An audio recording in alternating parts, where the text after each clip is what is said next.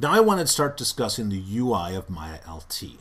First and foremost, I'm going to recommend, if you don't have one already, you get a 3-button mouse while working in Maya LT. The fastest and easiest way to navigate and work within your viewports is with a 3-button mouse.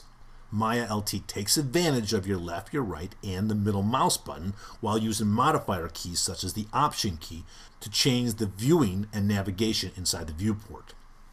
It doesn't mean you absolutely have to, but again, I'm going to highly recommend it. Alright, looking at the default UI, as with any program that is powerful and very complex, which Maya LT is, to be honest with you, it does look a little daunting. There's a lot of things going on, and it's like, what is all this? Well, that's why we're going to go step by step and walk through the different elements of the UI so you understand what each section of the UI is offering you and why it's even there. So very quickly, let's just highlight different parts of the UI just to tell you the names of these different elements. Then we'll come back and look at each section or part of the UI on a one-on-one basis. Along the very top, we have the menus. And then just below that, on the left upper corner, you have the menu set flyout list. Moving to the right, we have what is called the status line. Just below that, you'll see a series of tabs and icons which are called shelves. All the way over on the right-hand side, by default, you should see your channel box and your layer editor. Right below that, down in the right corner, you're going to see the playback controls. Related to the playback controls is the time slider and the range slider. Underneath that is your Mel script editor and the command history box. Along the very bottom is a helpful little thing called the help line. Coming back along the left side of the UI, we have our quick layout buttons. Just above that, we have our toolbox. And the main part of the UI is the scene view, which is right now just a one view, the perspective view of our 3D scene.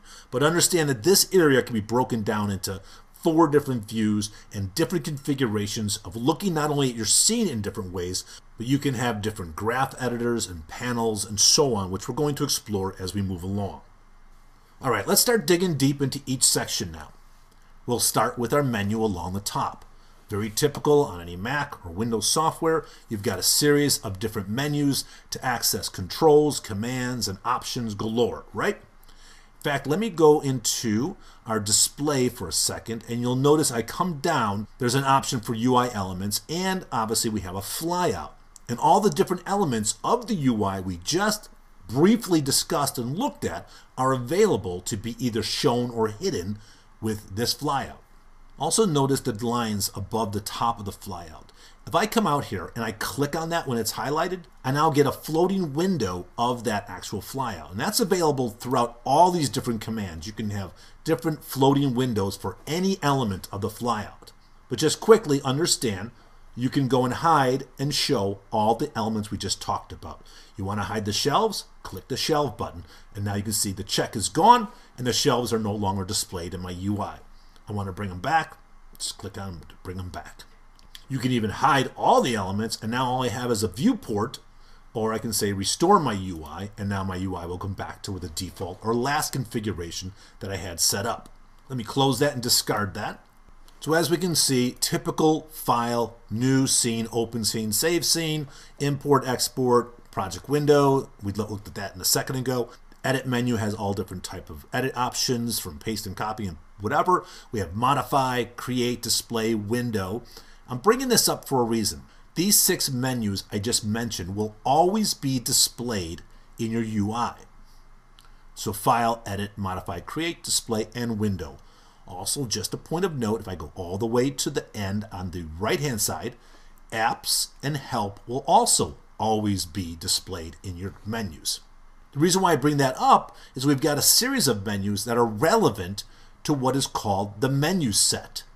The menu set, as I mentioned earlier, is this little flyout right here that reads polygons for right now. You'll see there's a little triangle. We click on that, we open up the different possible menu sets available to me. So with polygons as the menu set, after window right here, I have select, mesh, edit mesh, normals, colors, create UVs, and edit UVs. Okay? Let's go back over to my menu set and let's choose animation. Now my menu set is my animation menu set. And again, file, edit, modify, create, display, window is all there. But then there's animate, create deformers, edit deformers, skeleton, skin, and constrain. Let's just go back for demonstration and switch this to be shading. Now I've got lighting shading and I've got texture baking. So you'll receive different menus depending upon the menu set you are working on. Think of it this way, instead of having all these menus just lined up, crammed along the top here, depending upon the task that you are working on, you can set those menus to be the ones relevant to what you need to access.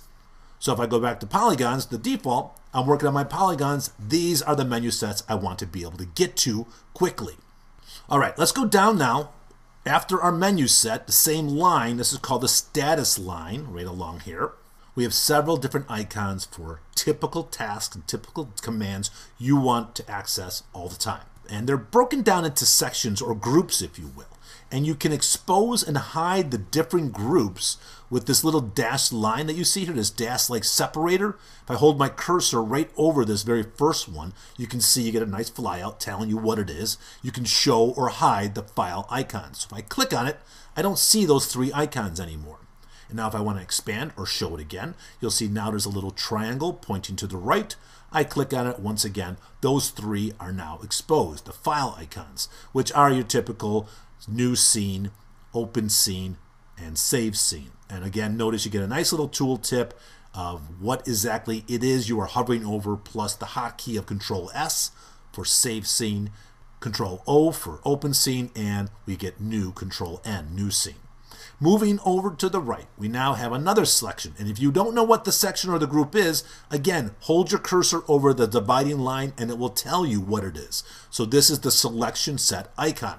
Very similar to what a menu set is, where we can expose only certain elements or menus along the top. This is going to let you control what is going to be displayed, what icons are displayed in this next section, which has to do with selection modes. So for right now, it says objects. If I click this little triangle, it expands out and I can tell my LT, show me the selection for polygons. Now I get different options or different icons available to me in this area. If I switch it back to all objects, you'll see now it changes once again. And there's another option here that we can go and switch on and change the different icons that are available. We'll be looking at different selection options later when you're talking about modeling and selecting your objects and so on. Let's just keep moving over to the right where we got locked option, highlight options, different snapping options. You also get some object input and output options, and an important one is the construction history being on or off. Make sure this is on for right now. If you turn it off, you'll notice there's a little X indicating it's not active or it's not on. Make sure that that is on. You don't see that little X. And if I expand my last section, this is the select field, and again you get a little triangle that I can expand, and I can tell Maya LT to expose the naming, I can do the relative transform, I can do the absolute transform, and so on. So that's our status line. Oh, one last thing. Over here, all the way on the right-hand side, these are some toggles to hide and show elements down here in the UI. And we'll come back and visit these when we talk about the channel box and the layer editor and attribute editor and tool preferences and so on. Let's move down below the status line to what's called the shelves. The shelves are just storage or organizational tools to access icon-driven commands that you normally would go to a menu to create something or to display or to edit something. For example, if I want to create a sphere, we're going to talk about modeling in another video, but for right now, I go to Create, Polygon Primitive, and I click the word sphere, the name sphere. Maya tells me to drag on the grid, so I'm going to do as it tells, and drag on the grid, and I create a sphere. Great. Now let me just delete that by hitting the delete key. Instead of going to Create, Polygon Primitive, Sphere, and clicking to access the tool, I'll go to my polygon shelf and I just click sphere and I do the same thing. I click and I drag and I create a sphere. So you'll see there's shelves for all these different commands and tasks you're going to do on a regular basis. I go to General, we get all these different camera options. We get different grouping options. We go to Curves, NURBS, Polygons, Deformation, Animation, Lighting, Materials, Texture Baking. So again, I can access all of these commands, all of these tasks from my display menus, depending upon what menu set I'm looking at, or I can just access them from the shelf right up here. Now you have a lot of control over the shelves too. You can customize them, create new shelves, and delete shelves.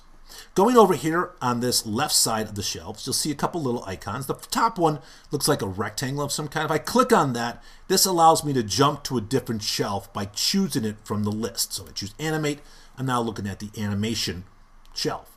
And you're thinking, well, why would I want to do that? Why can't I just click these buttons up here? Well, if you want to hide the actual tabs, you can. And then you can use that flyout to access the shelf. So for example, I click that little triangle. Again, anytime you see a little triangle, that's indicating there's a flyout and different options available to you. If I click on that, I get the options for my shelves. And the top one is Shelf Tab. If I disable that, take the check away, you'll notice that all the tabs are now gone. The shelves are still there, but the tabs are gone. Now, I click that little rectangle above, and I can now jump into NURBS, or I can jump into Curves. I can jump to a different shelf very quickly by accessing it from this flyout. Let me go and turn the shelf tabs back on. I want to see them. And let's go down to our other options. You got lots of different options here as far as shelf editor. You can control what is being displayed in each shelf, what is not displayed in each shelf. You can navigate through your shelves very quickly, or you can create a new shelf. So you can customize a shelf with only the icons that you feel you need for the task or what you're working on. So I'll choose New Shelf. I'll name this Ken's. So there we go. Click OK.